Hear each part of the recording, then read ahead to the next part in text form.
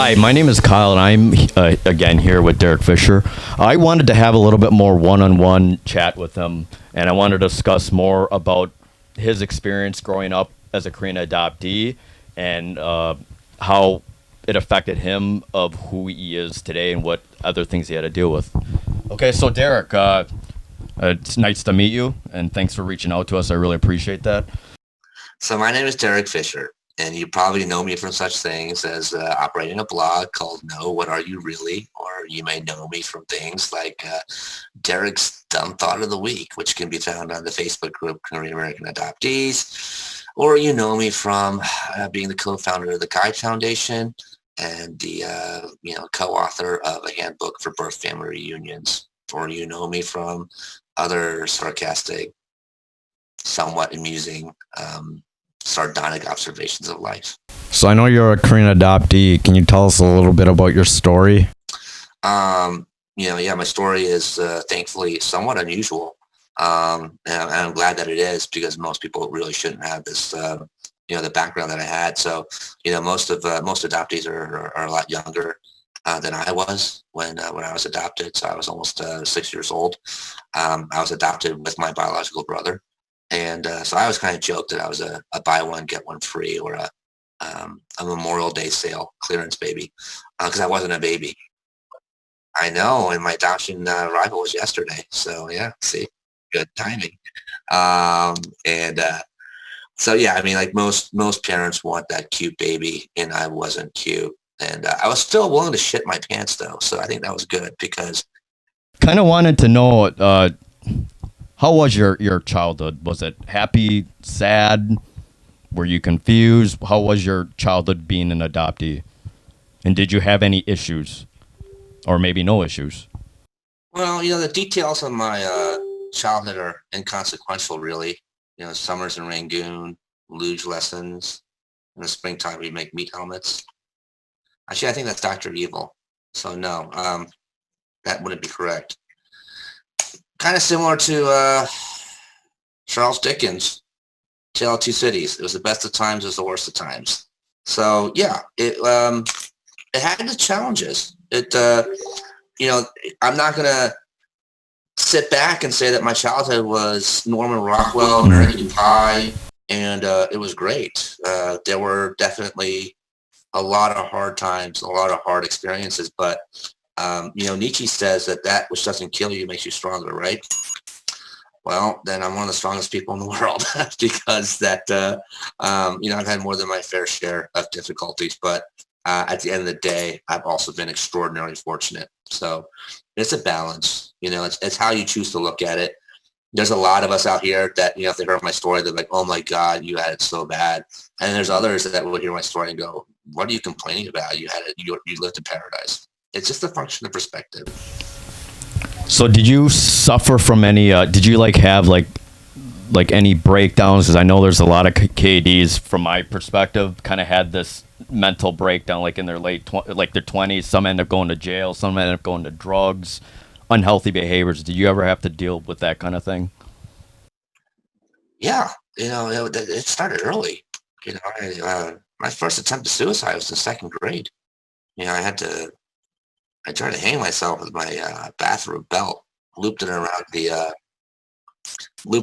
the closet dowel that held all the hangers, and so I jumped off this stool, this homemade stool that my mom had made for us, and I ended up breaking the closet. So the shelf came down, everything came crashing down, and of course my mom ran in and said, "What happened?"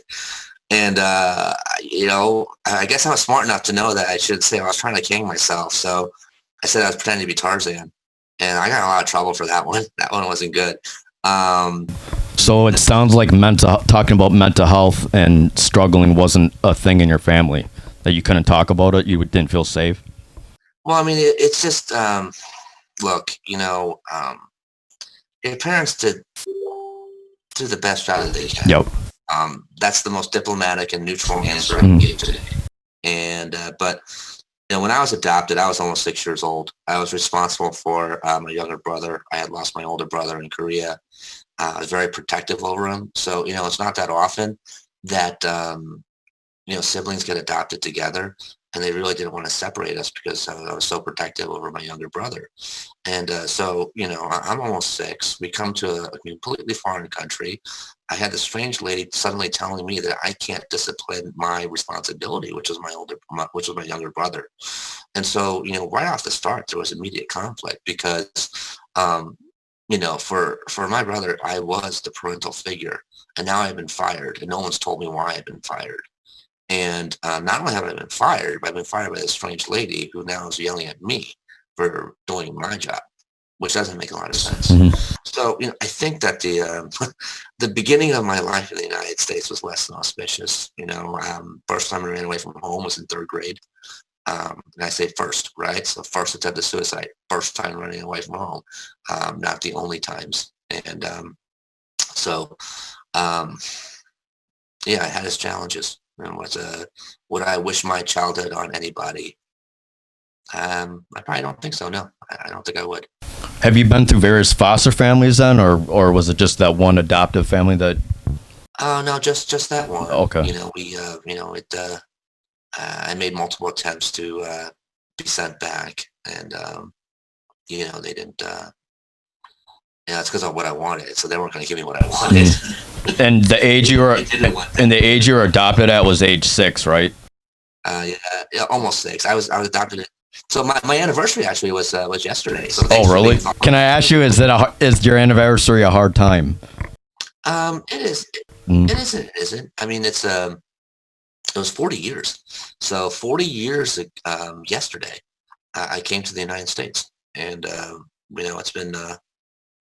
it's been an adventure. It's been a ride. So I remember the trip very vividly, almost like it was yesterday. I can remember what I was wearing. I can remember, how scared my brother was.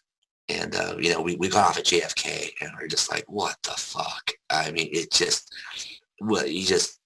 could not, because when we left Incheon, you're still in Korea, so you still see a lot of Koreans, and then you just land, and you're just like, it's like when Dorothy goes to the Wizard of Oz. It is completely foreign, and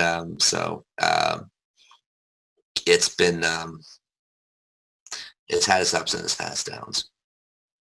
Another interesting topic that I want to touch base on is, so do you believe that people that were adopted later actually have more mental health issues and trying to adapt versus the younger ones because we were adopted very young? Do you think there's a correlation there? I'm not a mental health professional. I don't know enough to really answer that question with any semblance of competency about it. Here's what I can say is that I think for a lot of people that were, infants, yes, it is true that, babies can experience trauma. And that act of being separated from biological parents has tremendous and lasting trauma. But on the other hand, I got to see my biological mother die. Very young age, or? Yeah, that wasn't. So that's traumatic too.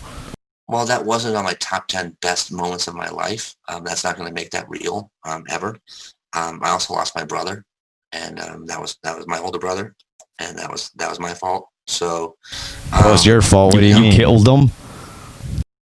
Oh, that's another story. But it's something that when I came to this country, I had to have 6 oral surgeries to fix my teeth. I had stolen so much bubble gum to get enough energy to steal decent food for my brothers that my lower adult teeth disintegrated.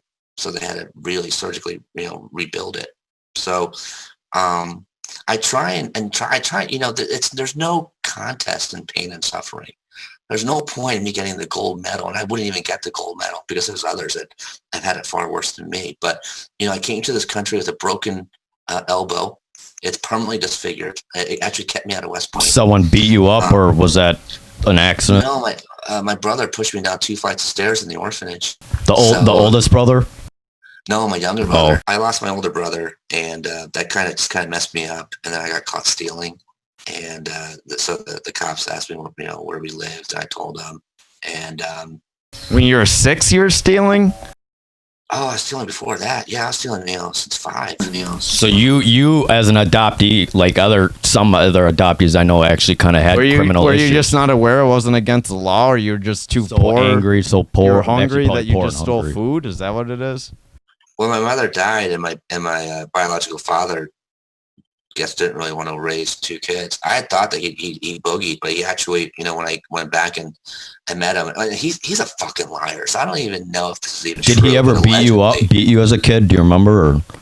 No, Oh, okay. he didn't. But allegedly he had to go to Iraq and pay off the medical debts that had been acquired, because when I was born, it was a really tough delivery. And so Was that even true? Again, that's what he says. I don't know. Because he also, gave a name for my biological mother, and the social worker kind of thought he was full of shit for some weird reason. And so she contacted a lawyer, and they said that no one exists with that name. But you do recognize your dad, right? When you went back. I do and I don't, for the most part, I guess. I mean, he's in his late 70s now. So, when I knew him, he was, definitely in his 20s. But, he wasn't there. So he said he left because he had to go to Iraq and work construction to pay off the debt from the medical bills. And but, when she died, no one was around. So we had to take care of ourselves. So, we weren't homeless because we still could live in that place. But you were starving, right? Yeah, so we had to go and steal food. That's what we had to do, or eat out of garbage. See, this is another interesting thing to point out. So, would you rather be adopted and have food, even if it's severely dysfunctional, or would you rather just starve and not have to deal with adoption? There's a lot of people that hate adoption, and they're totally against it. They consider it like human trafficking. I mean, there's some cases that maybe are, but I don't know. What is your view on it? Is your life better in America, or was it better in Korea? Yeah. My life's better in America. I mean, that's obvious. There's an immaturity, I think, that, okay. Would you, I guess the question is, would you ever want to, if you could stay in Korea, would you ever want to stay in Korea? Well, of course. What's stopping you? Because I'm not Korean. You don't speak the language. So you don't speak the language. You forgot everything. Not even. I'm not even ethnically Korean. When I met Han Mu, who's my biological father, I don't call him Oppa, right? I call him Han Mu. I don't follow any of the respect, that filial piety that you're supposed to give to your elders. Do you feel angry at him, or do you actually feel peace with it when you met him? Han Mu? Yeah, your supposed dad, or Han Mu. Well, I mean, he tried to kill us. He confessed that the last time I was in Korea. That was fun. That was a really good lunch. It really was. It's him, a social worker, the translator, and me. And he's just so calmly talking about this story. And the social worker and the translator, they're starting to get really upset, right? And they're just going back and forth. And I'm like sitting here like, what the fuck's going on? And wait, this is when you were a child, or when you actually went back, or? No, so he's telling the story of when we were children, but this is, I was back to Korea representing. In 2018, right? Yeah. Okay. Yeah, so I went in February, and then went back in September. Oh, you went twice? Yeah. I thought you only went once for some reason. No. So this was in September, and I'm like, all right, Han Mu, we'll try and have lunch and see if your life is. Oh, you're going to meet him again? I did meet him again. Even if it was a horrible experience, huh? Yeah, so I met him again. You gave him a chance. We're at lunch, and he starts sharing this story, and the social worker and the translator are just starting to like get really upset, and they're like, I can tell they were asking him the same question. He kept on repeating the same thing, but he was talking like the same tone that you and I are talking, but it's really conversationally. And then the social worker gets up and she starts crying, and she leaves. And then I go to the translator. I'm like, what is going on? And all he could say was, I'm sorry. And I'm like, you didn't do anything. He's like, I'm sorry. And I'm like, what did he say? And he just was like, I'm sorry. So I go outside, and I'm talking, because the social worker spoke English. We're actually Facebook friends. It's so weird. She friend requested me, and we talk from time to time. But so she speaks okay English. She's not very confident in her English, but she's outside smoking. And so I'm smoking. We're just like, I'm like, yeah. And she's like, and she's looking at me. She's just like, I'm so sorry. I'm so sorry. I'm like, what is going on? Okay. So short story long, this is what happened. So my mother who died was not my mother. So this is cool. Okay. So allegedly, according to Hanmu, so we don't know if any of this is true. Okay. But allegedly, when because my Hanmu went over to the Middle East, he was in Saudi Arabia on a contract before he went to Iraq. So when he went over to Saudi Arabia, my biological mother decided to enter into a pants business that turned into prostitution. And so she asked the neighbor to look after my brother and I, right? So she said, hey, can you look after my kids for like a day or something like that? Well, that turned into 2 years. She never came back. So the person that I thought was my mother was not my mother. She was the neighbor. How did you figure this out? Did your dad tell you, or? Yeah, Hanmu told me when I was back. I'm like, well, I remember somebody dying. He may be a terrible person, but at least so he was who honest, died? I Your guess. mom or your biological, or your neighbor or your biological mom? The neighbor who I basically was my I considered my mother, right? Because she raised me for 2 years. Did that make you furious at him or what? You're just like, fuck this, man. Like, I'm just tired, because the problem is this: you have visceral memories, and they're true, but they're not true, right? Because you remember that body, you remember crying over it, you remember trying to comfort your brothers, but you're just too fucked up yourself to really, make them feel better. So it's like, I didn't make that up. That's a real memory. And then to find out that it's not even my mother, but it was the neighbor. But again, so we place so much importance on these titles, right, of mother and father. That lady took care of us for 2 years. She was our mother. What happened? Why'd she die, though? What happened? I don't know. She just didn't wake up. We were trying to wake her up, and she just was still. I don't remember what exactly it was. And you actually don't know who your prostitute mom is actually then, right? That is correct. Yeah, I don't know. Do you feel it affected your self-esteem or your self-worth, or knowing that you came from a prostitute?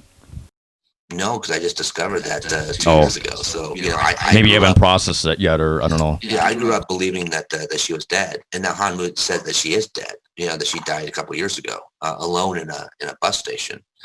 That's what he claims. So after a very difficult life.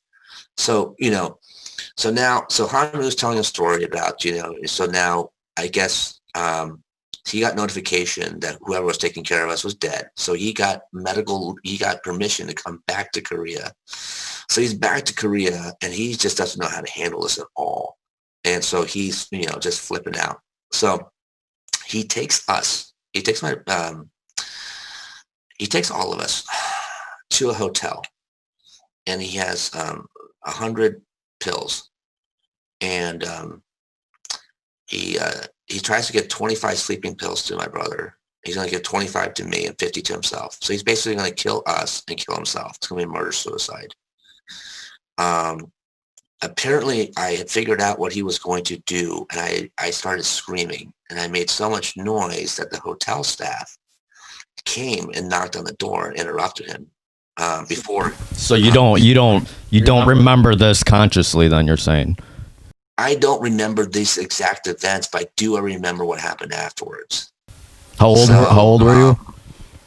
About 5. Okay. Yeah.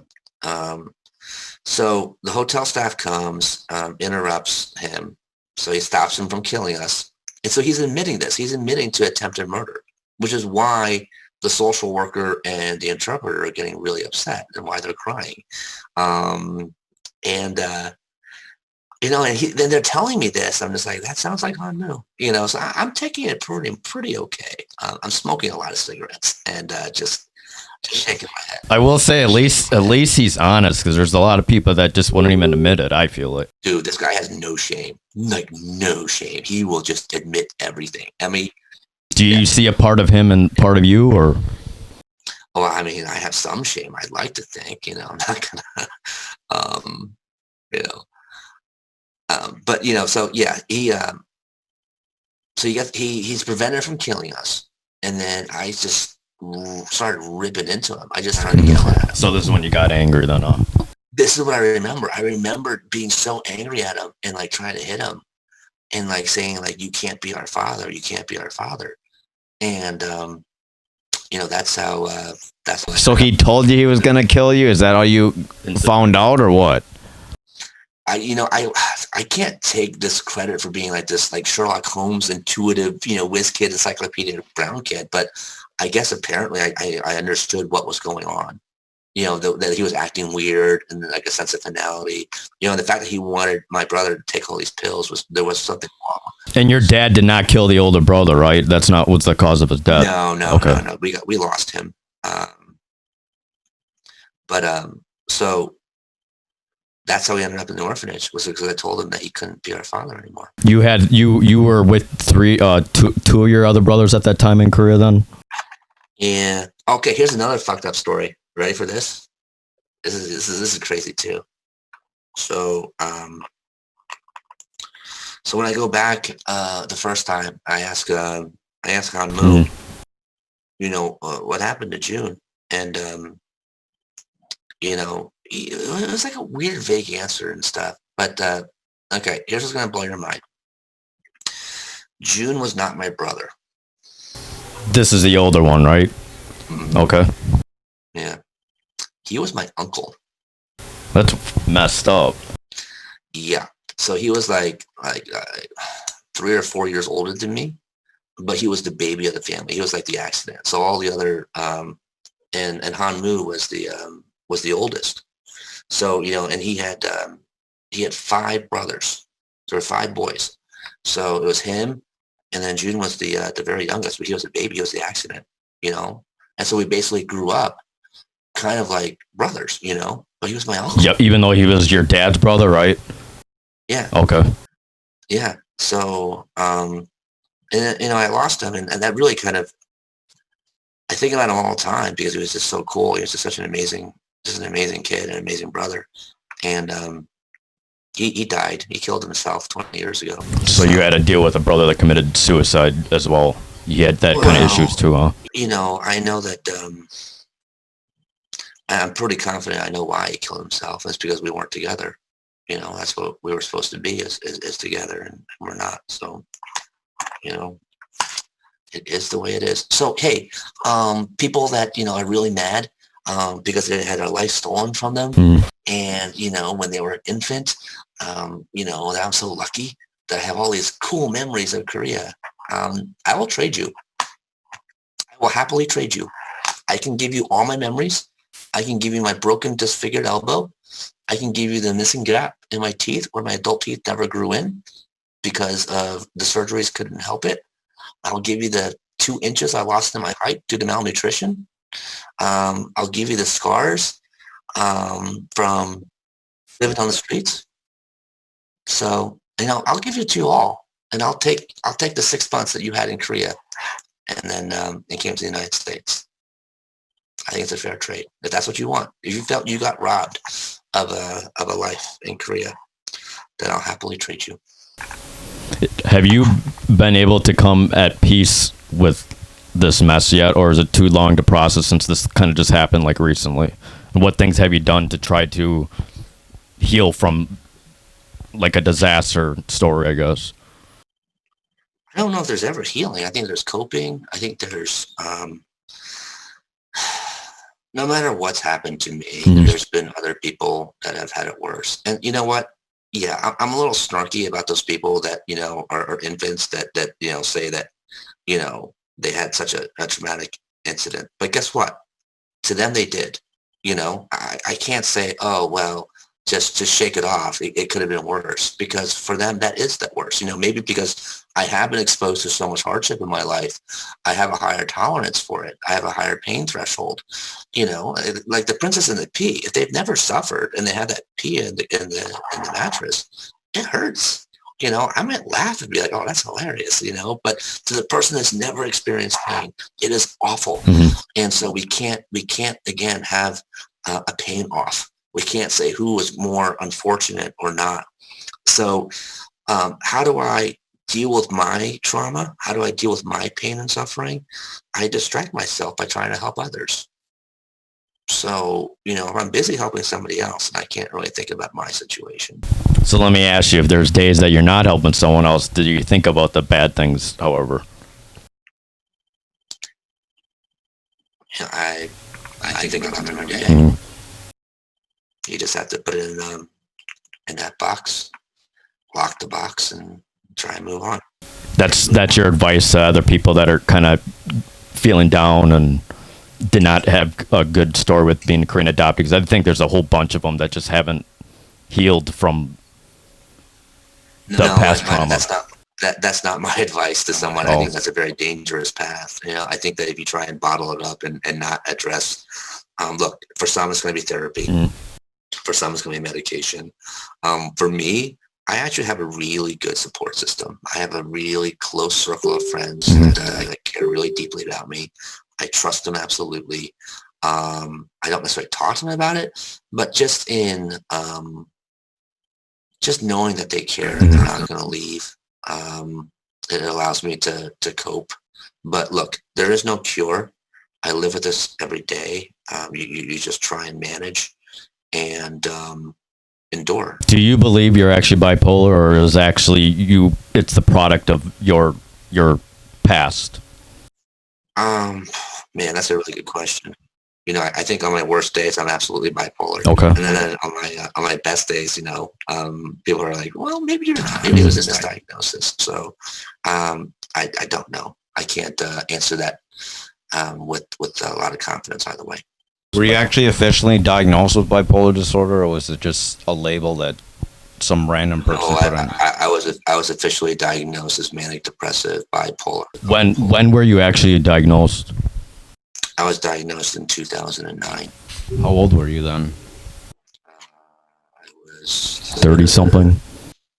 Hold on, I'm not very good at math. I know I'm Asian, but I'm really bad at math. Hold on, let me do the math here. So, let me get a calculator. Let's find out. So. 2009. So it's 2020, 2009. So it's 11 years, dude. I was diagnosed in 2008. I was 21. Yeah, I was 34.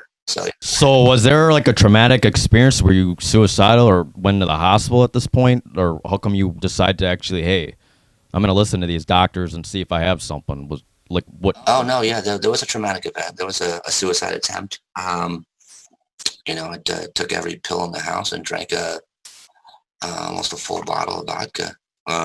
This weird fluke was my ex-fiance at the time. She went out to drink. It was girls' night. So I planned it for that. And she forgot something at home. Can you believe that shit? So I had it perfectly planned out. And, I guess, obviously I was unconscious and halfway to death. So, but apparently she came home and found me. And then I woke up in the hospital. And I was just so bitterly angry and disappointed. I just was like, why? I wasn't supposed to wake up. Were you fighting with your ex-fiance, or it was just you were just feeling so low for kind of no reason? It was just, I lived in Spain. I moved back to the U.S. I moved back right at the time for the recession. It was kind of a big deal in financial services. I was a senior vice president at Zacks Investment Research. So I became a senior VP at 24. Managed, just. If you had a lot of money, why were you depressed? Because I came back to the U.S. and all that was gone. Couldn't find a job. Why didn't you stay in Spain? Yeah, I was gonna say, Spain's supposed to be a beautiful place, ain't it? Oh yeah, it was one of the biggest mistakes I ever made. Then just go back if it makes you happy. Well, because I don't believe in going back. I believe in progress. I came back to the U.S. for a girl. It didn't work out, and now I was stuck. But you're married now, though. Yeah, I'm married to a different girl. Yeah, so. Do you find yourself more catty, I guess, in relationships versus being alone, or you're actually better being surrounded by people? Do they trigger kind of some sort of borderline, or you're going to leave me kind of issues? Because that's what I feel like a lot of, I guess me personally, I had a very traumatic experience, like breaking off, because not only I had to lose one mother figure, I had to lose like another one with my adopted mom, with that kind of stuff. And then when at my first relationship, it kind of went really sour. And I kind of had a self-destructive moment do you find yourself antagonized around people or no?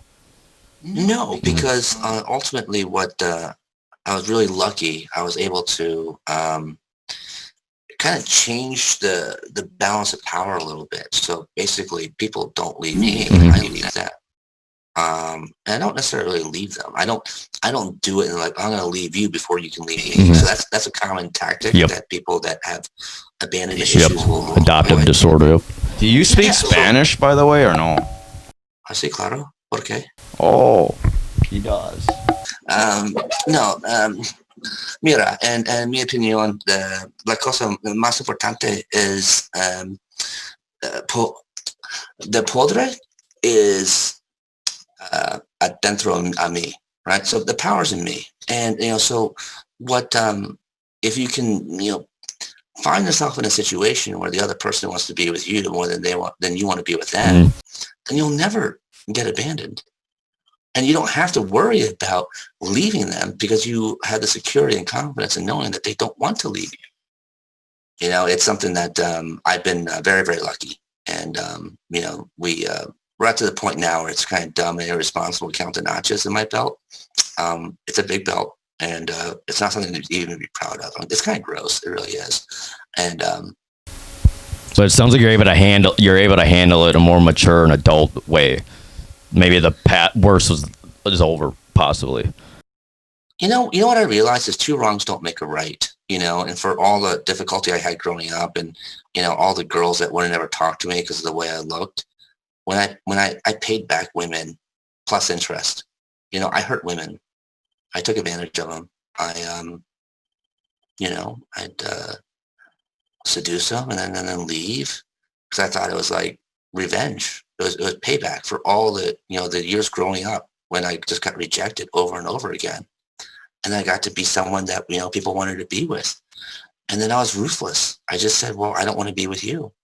And I don't have to be with you because I can get whoever I want. And I always thought it would feel good. I always thought like, he who laughs last, laughs best, right? Revenge is a dish best served cold. Revenge is stupid. Revenge is just, who ended up getting hurt the most was me. Yep. I didn't feel good about myself. Yep, exactly. Yep. They say when you drink the poison, you're actually killing yourself. I wasn't smart. So I wasn't either. I'm really smart, right? But I'm not smart enough to understand that. So I thought that would be therapeutic, and it actually ended up making me feel worse. So why, if I know what pain is like, why would I purposely inflict it on somebody else? How horrible is that? Yeah, it sounds like you kind of matured and actually able to handle a relationship actually really well now. Well, I don't know. It depends on what day you ask my wife. So have you had any recent bipolar really low sprouts or as bad as what they used to be, or does it come and go? So I was supposed to be on medication for the rest of my life. I was supposed to, Yeah, you're taking a holistic approach. How's that going? it's going pretty well. I'm not on medication. And it was really hard not to be. I don't recommend it, by the way. It's almost impossible to do. It took 2 years of, it was hard. How the hell can you control your sleep, man? When I was off meds, I was always up 24 hours or sleep 24 hours. Well, I don't know. I'm operating on 2 hours of sleep for the past 48 hours. Do you think that's really healthy for a bipolar person? I wanted to tell you that. I know you're making big ends, but health is kind of important too, don't you think? I think that what's more important is what we do with our day. So it's quantity versus quantity. But, look, I'm not going to, I don't want to even imply to somebody that, if medical health professionals deem you that you have to be on, these medications, they didn't do it because they wanted to see you drugged up. They do it because they think it's in your best interest. The reality for me is I know I need to be on it, so I don't care what people think. Well, okay, so what I knew is this. I only have one comparative advantage in my life, and that's my brain. And being on these medications made my brain fuzzy. I just couldn't really think as sharply. And so I was kind of screwed because I needed that advantage. to be competitive with other people. So, I had a dilemma. Was if I went off the medication, I was probably going to die, or I could stay on the medication and just, be a catatonic vegetable. And both options were unacceptable. So I saw this movie called The Beautiful Mind. Yeah, I knew you were gonna bring that movie up. Russell Crowe. I was just gonna ask you this. Because at the very end, he's asking that person, he's like, hey, do you see that guy in the corner? And the guy's like, what guy in the corner? And he's like, oh, okay, so he knew he was seeing it in his mind, right? So that was my template. I was like, okay, cool. I can use people I trust to ask them. So I do ask people quite often. I'm like, hey, I had this thought. Is that manic? And if they go, yeah, then guess what? I don't think about it ever again. I drop it. So I don't allow that thought to dwell. So you're actually willing to let go of your ego and listen to people. How are you able to let go if I was off meds, I'd be suicidal every day, and I don't know how you could do that. Maybe you aren't suicidal then, right? Oh, I'm pretty competitive. So I'm like, I can show you that. But I am, guys. But the difference is that I have a guide. I have a hand on the rope of reality. So if I didn't have that, I'd absolutely be in that dark space, just like you guys. Or I'm sorry, just like you guys. Have you ever read like psychology or like life coach books at all, like Tony Robbins? Oh, No. so you kind of learned this all on your experience, then, huh? It was trial and error. So you were probably hospitalized a lot of times, I'm guessing, right? I was hospitalized one large period of time. I had, other brief, stints. Mhm. Nothing that was, weeks and weeks like that in 2009. So yeah. 2009 was your bad year, wasn't it? Yeah, I actually hung my rope in 2009. That was my first suicide attempt. Yeah, I'm not really fond of the whole hanging aspect, I didn't even hang. All I did was hang the rope, and my dad saw it in the gazebo, so he thought I was doing something bad. Yeah, I don't know. I think I'm just like too much of a pussy to do like a gun or anything like that. It's just more That's Travis. Tell them why you didn't think committing suicide was a good idea, because you get people. There's too many people that go wrong. The main thing is that you might be gone, but there might be a lot of people that might miss you. At least I had that support system. So back in the day, that's the reason why I didn't do much with it. I always go to a hospital or something. It's something that we're, I made a promise. So Your wife? Yeah. So we, my word's important to me. So I made a promise. So the option is no longer available to me. So I have to figure a way to cope. Could you describe a little bit more of your school life? I know that you mentioned that you were bullied.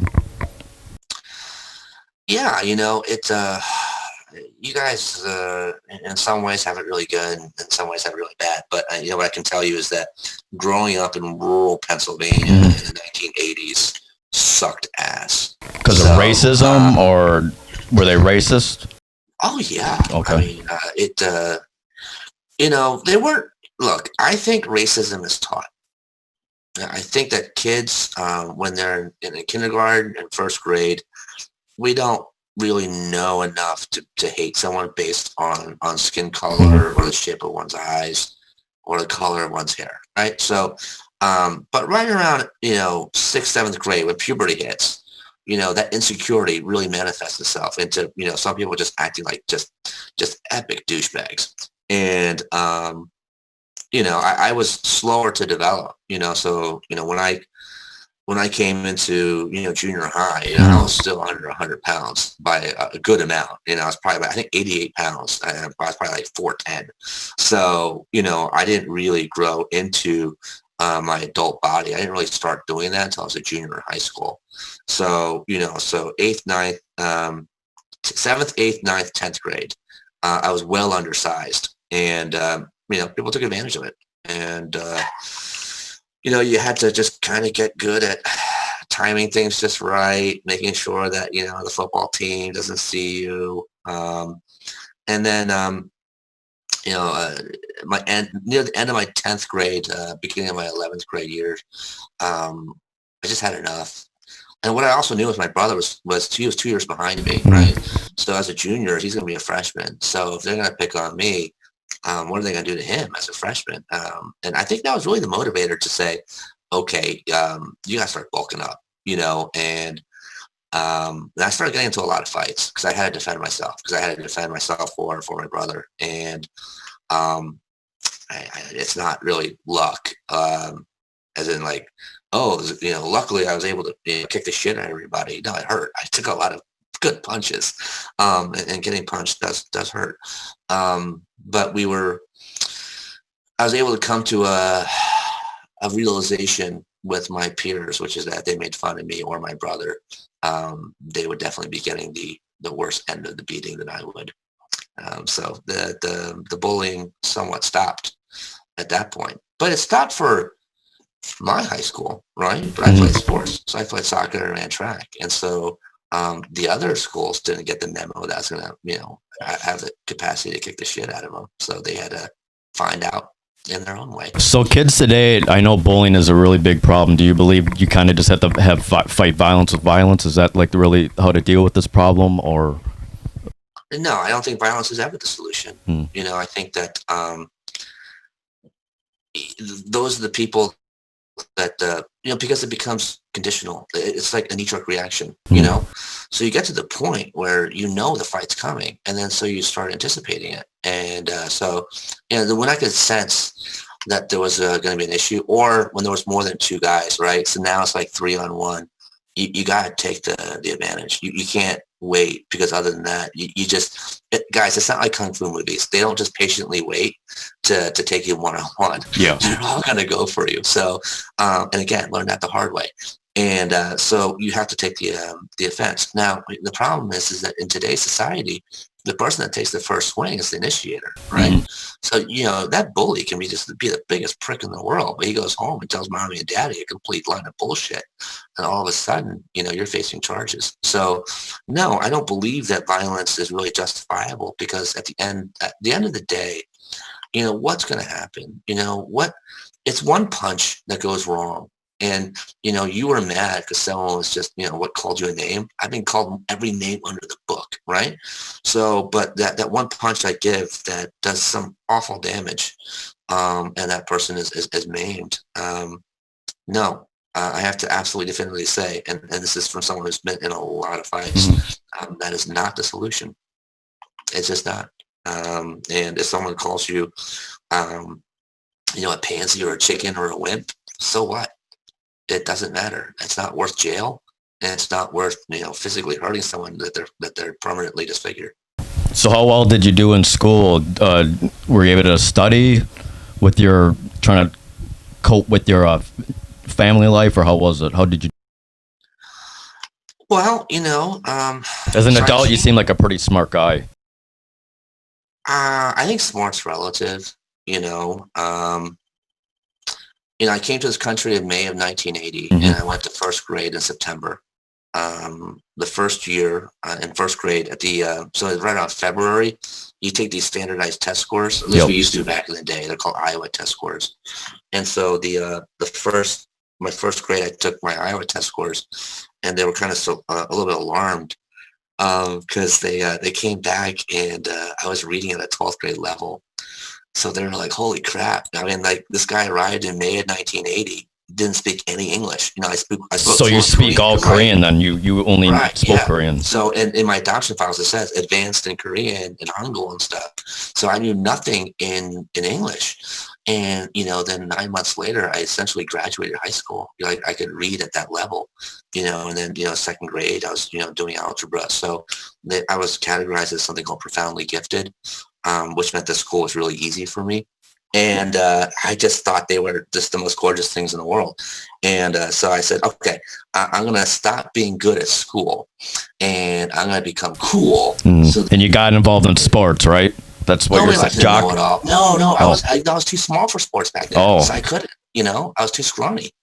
So basically, I had to just become funny. I had to become a smartass. Okay, so you're the clown of school, huh? No other path. So yeah, I just deliberately tanked school.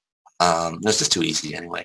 there wasn't. I wasn't really learning anything. And you never had to go to, well, sometimes people are so smart they find it just wasteful to even study. Travis and I aren't very smart, so that's kind of why we kind of go the more hard work effort. But I think sometimes when you're so smart, you just, I mean, if it doesn't challenge you, then you just don't care. But so did you actually complete high school, or did you have to go back to the GED? Because I know some Korean adoptees actually had to go back to their GED and they didn't complete high school. Well, see, that's what's hilarious is because I was a National Merit Scholar, but I also barely graduated high school. So I was gifted a D minus in physics because if I had failed physics, I was going to have to repeat 12th grade. And here's the other irony of it, too, is I was the captain of our quiz bowl team, which is like for dorks. Okay. This like the biggest dorks in the county. And I was really good at it. I was a 4-year captain of my school and, 2-time state champion, 1-time runner-up. So, obviously, innate ability, intelligence-wise, yes. But I was gifted my graduation. I did not earn it. They said, we just can't have this kid back in school anymore. It's not, no, just give him the D minus and get him the hell out of here. So you weren't held back then, right? You just, no, I was not held gotcha. back. Okay. Have you ever taken an IQ test before? Yes, I have. Yeah. What are you? Are you like Mensa level? Is that what they call it, or? It's not low, but it doesn't really matter, does it? My dad used to tell me something that it was one of my favorite quotes. He said, intelligence and 25 cents will buy you a cup of coffee. And so I kind of morphed it for the earlier interview and told you guys what that was. But, the reason why he told me that was because intelligence doesn't mean shit. And some of the most unsuccessful people in the world. I'll be honest. I was always jealous of dudes that just like slacked off. And here I was like studying like late at night and then like people like could just easily pass. Were you those type of dudes that don't even have to study and then just say, hey, I could pass easily? Yeah. I mean, okay. So, obviously school was not really for me, right? Yeah. So my collegiate career was pretty terrible as well. 2 years ago, I made the decision to finally get my degree. So I went to Penn State and I started from scratch basically. And in 2 years, I got 2 degrees and was on track to graduate from honors till I had to move and had a really bad semester. But, so I got 2 degrees in 2 years.